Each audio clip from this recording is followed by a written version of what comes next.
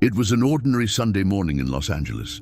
June 22nd, 2025, Monica Jacinto Reza woke up early, dressed in a red long-sleeve shirt and green hiking pants, and went to meet some friends for a hike in the Angeles National Forest.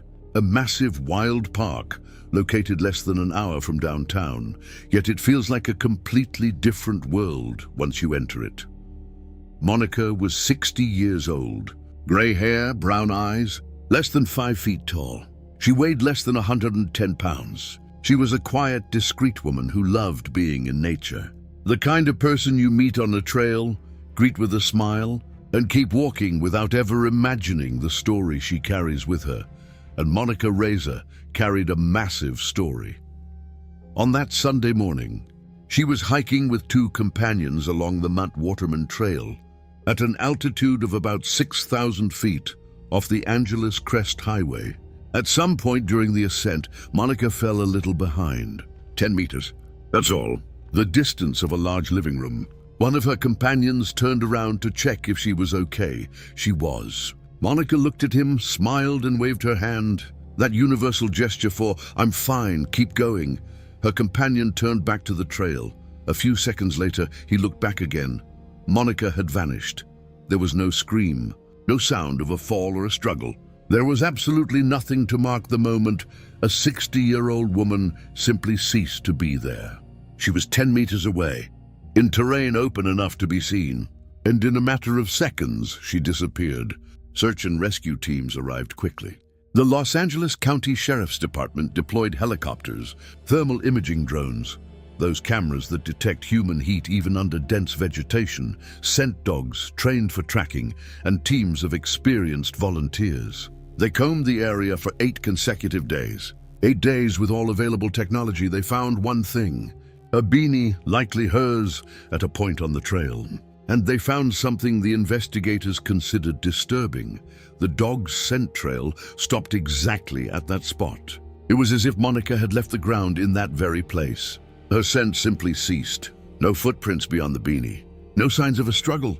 No trail leading in any direction.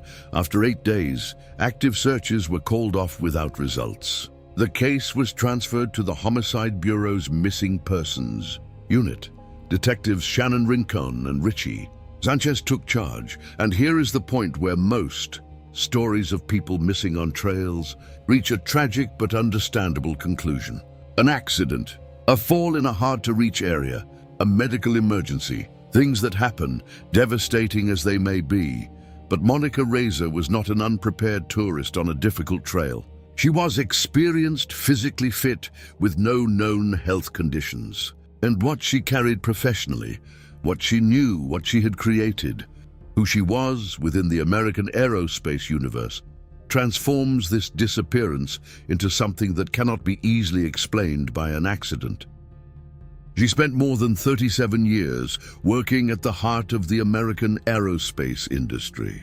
She invented a material that forever changed the United States' capability to launch military rockets into space. She had patents registered in her name. She worked at JPL, NASA's Jet Propulsion Laboratory in Pasadena. In the industry's technical vocabulary, she was what is known as a technical fellow, the highest rank an individual engineer can achieve in an organization of that kind. Above that, there are only management positions, and Monica never wanted that. She wanted to stay close to the science. She was, as they say in the aerospace world, a guardian of knowledge. The rare type of scientist who carries decades of practical experience in her head that simply isn't written down anywhere. The kind of person who, when they leave, takes an irreplaceable piece of history with them. To understand the true weight of what happened, you need to understand what Monica Reza created during those 37 years. And to understand that, you have to go back to the 90s, to a problem that put the world's greatest military power in a humiliating position. In the 90s, the United States had a serious problem with a specific type of rocket engine. It was the most efficient engine in existence for putting satellites into orbit, especially the secret military satellites that the US government needed to launch regularly. The problem was technical and brutal. In high-pressure gaseous oxygen environments, the metals used in the components simply caught fire. Literally, the available materials couldn't withstand the operational conditions of that type of engine. They would either burn up or require protective coating so heavy that the engine's advantages were lost. Russia had solved this problem decades earlier. The Russian RD-180 engine was considered the best in the world in its category. And the United States, the most powerful country on the planet, had to buy Russian engines to launch its own secret satellites into space. The Americans needed their adversary to maintain national security in space. Reza began working on this problem shortly after graduating from Columbia University in 1988. Years of research at Aerojet Rocketdyne followed, testing compositions, adjusting proportions, and studying the behavior of metals under extreme conditions. Trial, error, more trials. And at some point in the 90s, alongside an Australian metallurgist colleague named Dallas Hardwick, she reached a solution that no one had achieved before, a nickel superalloy that could withstand high-pressure gaseous oxygen without catching fire. Strong, lightweight, and manufacturable by conventional methods and even 3D printing. They named it after themselves. Monica and Dallas, Mondaloy. This material was co-funded by the US Air Force starting in 1999. NASA also invested. Eventually, Mondaloy was used in 12 components of the AR-1 engine, an $800 million project created specifically to free the United States from its dependence on Russian engines. And when Russia cut off the supply of its engines in 2022, due to the war in Ukraine and the sanctions that followed, Mondaloy ceased to be just a promising scientific achievement and became an item of urgent national security. Reza, with her gray hair and weighing less than 110 pounds, was the person who knew how to make this material truly work. Not on paper, in practice. After 30 years of nurturing Mondaloy, from the first patent in 2003 to its actual application in rocket engines, she carried a type of knowledge that cannot simply be transferred to a report or a presentation. It is the knowledge that lives in the hands, in the experience, and in the decisions of someone who has seen the material fail and knows exactly why. And she vanished. This story doesn't have just one name. It has three, and to understand the real weight of what is happening, you need to know the other two. The first is Dallas Hardwick, the co-inventor of Mondaloy.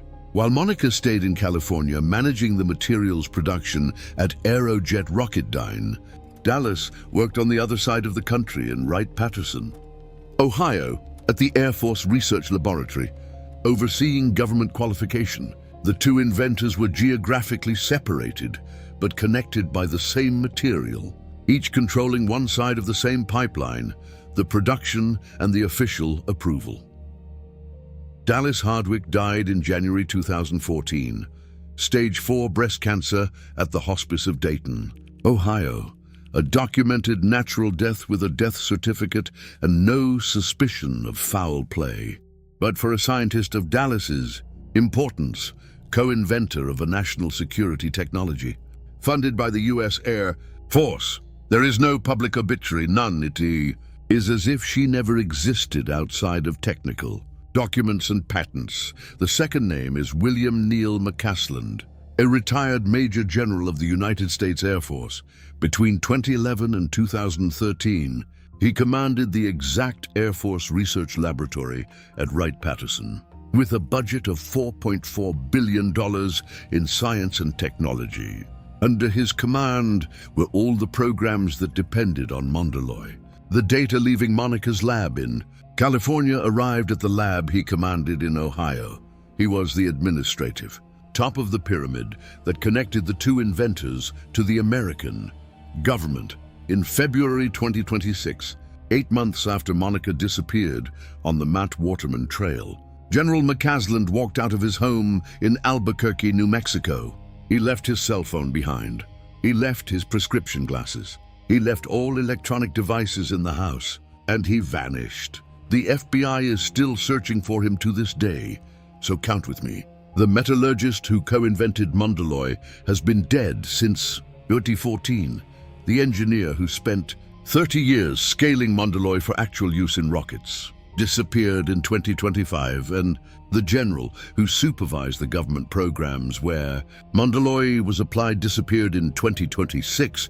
The three people who formed the complete chain of knowledge regarding this material, each responsible for a different link, are all inaccessible today.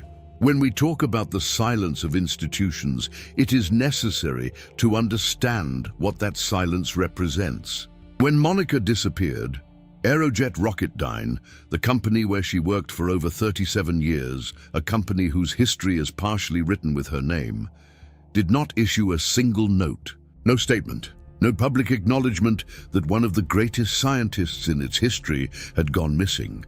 NASA, where she was the materials processing director at JPL, did not say a word.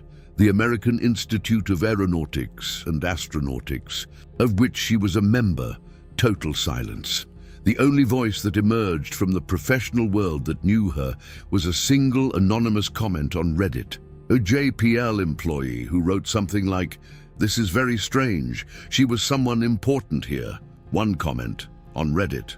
For one of the most important scientists in American aerospace propulsion in decades, and there is something even more painful than this institutional silence. Monica's family waited for months. When the White House and the FBI publicly announced they were investigating the case, when Reza's name began appearing in national news, the family gave an interview to LA Magazine and revealed that, up until that moment, no one from the federal government had contacted them. No one, no agent, no investigator, not even a phone call. A relative of Monica told the outlet, with a simplicity that is hard to hear, she was just an ordinary person who had a family. She was. And she was also much more than that. And the world around her seemed deliberately comfortable, not talking about the part that went beyond her family. A disappearance specialist was consulted by LA Magazine to analyze the case. Doug McGregor is a geoprofiler, someone who studies geographic patterns in disappearances and crimes, a serious scientific field regularly used by police forces in the United States. His assessment was direct and left no room for ambiguity. She was fit, experienced, intelligent. I don't see her wandering off and getting lost. This is a baffling case. McGregor raised two questions that the police have yet to answer publicly. The first, on a popular trail on a Sunday morning, why are there no other witnesses besides Monica's two companions? It's not that witnesses said they didn't see anything. It's that apparently there was no one else on that stretch of the trail at that moment. The second question involves the dog's scent trail. McGregor did not rule out the possibility that parts of the scene might have been altered in some way. However, he himself was careful to set limits. I don't believe there is a broader science-tech UFO-level conspiracy, he said. What he does believe is that the case needs to be treated with more investigative seriousness than it appears to have received so far. The geoprofiler, with all his experience, could not provide a satisfactory explanation for what happened that Sunday. And this inability to explain, coming from an expert who has spent his career examining disappearances, speaks louder than any theory. In April 2026, the United States House Oversight Committee opened a formal investigation. The committee, chaired by Representative James Comer, sent official letters to the FBI, NASA, the Department of Energy, and the Department of Defense. The reason, at least 10 individuals linked to sensitive nuclear and aerospace research have died or disappeared in recent years in a manner that raised enough questions to justify a congressional-level inquiry. White House spokesperson Caroline Leavitt confirmed publicly, "No stone will be left unturned in this effort." FBI Director Kash Patel stated that if connections to criminal conduct were found, they would make the necessary arrests. President Trump, when asked by journalists, said he hoped the cases were random and not connected. but acknowledged that more complete information should be available soon. Some cases on this list have explanations. MIT professor Nuno Loureiro, an expert in nuclear fusion and plasma physics, was shot to death in Boston in December 2025. The FBI investigated quickly and, in April 2026, closed the case. It was a personal crime motivated by a long-standing professional grudge committed by a former Portuguese engineering colleague. Other cases are harder to close. Researchers from the Jet Propulsion Laboratory in Los Angeles who died without a disclosed cause. A retired engineer from the Los Alamos Laboratory who simply vanished from his home in May 2025. An administrative assistant from the same laboratory who was last seen walking alone on a highway near her home in June 2025. A government contractor with a high-level security clearance who disappeared in August 2025. Representative Eric Burleson was one of the most direct in pointing out his suspicions. These scientists are not trained. They don't have security teams. They would be very easy targets. He stated that he would not be surprised if adversaries like China, Russia, or Iran were behind some of these cases. However, other lawmakers and experts urged caution. A representative from the Homeland Security Committee noted that the United States has thousands of scientists in sensitive programs, and that 10 cases spread over several years do not automatically constitute a coordinated conspiracy. Sociologist Robert Bartholomew described the tendency to link all these cases as an example of apophenia, the psychological phenomenon in which the human brain finds meaningful patterns in events that may simply be random. There is a place that appears repeatedly in this web of connections and deserves specific attention: Wright-Patterson, the military base in Ohio where the Air Force Research Laboratory operates, where Dallas Hardwick worked for years, where General McCaslin commanded $4.4 billion in science and technology, where the Mondaloy data arrived for government qualification. Wright-Patterson carries, in addition to its real and documented military importance, decades of popular speculation. Since the 1940s, there have been persistent stories that fragments from the alleged Roswell, New Mexico accident in 1947 and possibly bodies of non-human origin are stored at this base. None of this has been confirmed by any credible official source, but the legend never died. And when General McCaslin disappeared, it gained new life. McCaslin's wife went to Facebook to try to control the narrative. She wrote that her husband had been retired for over a decade, that any sensitive knowledge he possessed was outdated, and that it was unlikely anyone would be interested in extracting old secrets from someone who had been out of the system for so long. And then, with a very evident bitter irony, she added, although at this point with absolutely no sign of him, perhaps the best hypothesis is that aliens took him to the mothership. His wife also confirmed that McCaslin had access to highly classified programs throughout his career. And before disappearing, he maintained some association with groups pressuring the American government to release files on unidentified aerial phenomena. This is a verifiable fact. What this association means, if it means anything at all, is still an unanswered question. What does Monica Reza have to do with all this directly? Probably nothing in the sense of UFOs or unidentified phenomena. Her work was materials engineering, nickel superalloys, combustion propulsion, rocket technology, not exotic physics. But the three people who formed the Mondaloy chain passed, at different times, through the same institutional universe. And the Wright-Patterson base was the convergence point of that universe. In the midst of all this, there is a family living through something that no debate on national security and no federal investigation can fully capture. Monica's family has actively resisted any attempt to turn her disappearance into fodder for conspiracy theories. They stated that she was not working on anything that could pose a risk, that she was a normal person who loved nature and went hiking frequently. And yet at the same time, they confirmed an important detail. Monica was not retired when she disappeared. She was active, working at JPL at the peak of her professional expertise. Volunteers organized on social media continued searching the Waterman area long after official operations had ended. In November 2025, 5 months after her disappearance, groups of hikers were still climbing those trails with Monica's photo in their hands. The honest truth is that it could be both things at once. Monica might have disappeared for reasons that have nothing to do with rockets, generals, or congressional investigation lists. An accident in cruel terrain in a remote area might not have left physical evidence for reasons that the geography and wildlife of those mountains could explain. The silence of institutions could be due to entirely bureaucratic rather than sinister reasons. The coincidences might just be coincidences, or it might be none of that. This is the truth this script can offer you. The investigation is open. The verifiable facts point toward unanswered questions. And Monica Reza is still missing.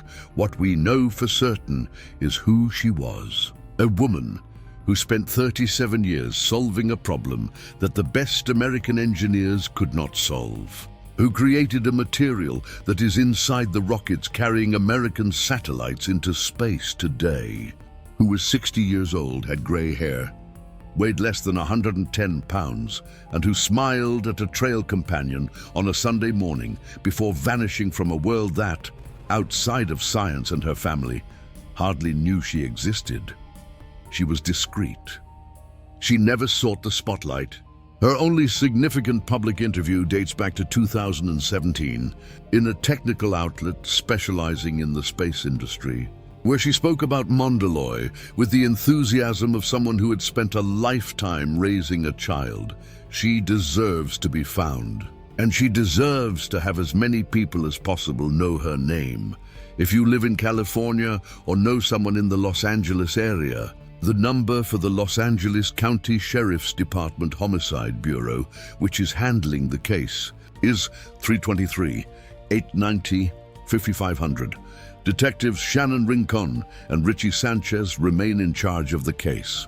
Any real information could be the detail that makes all the difference.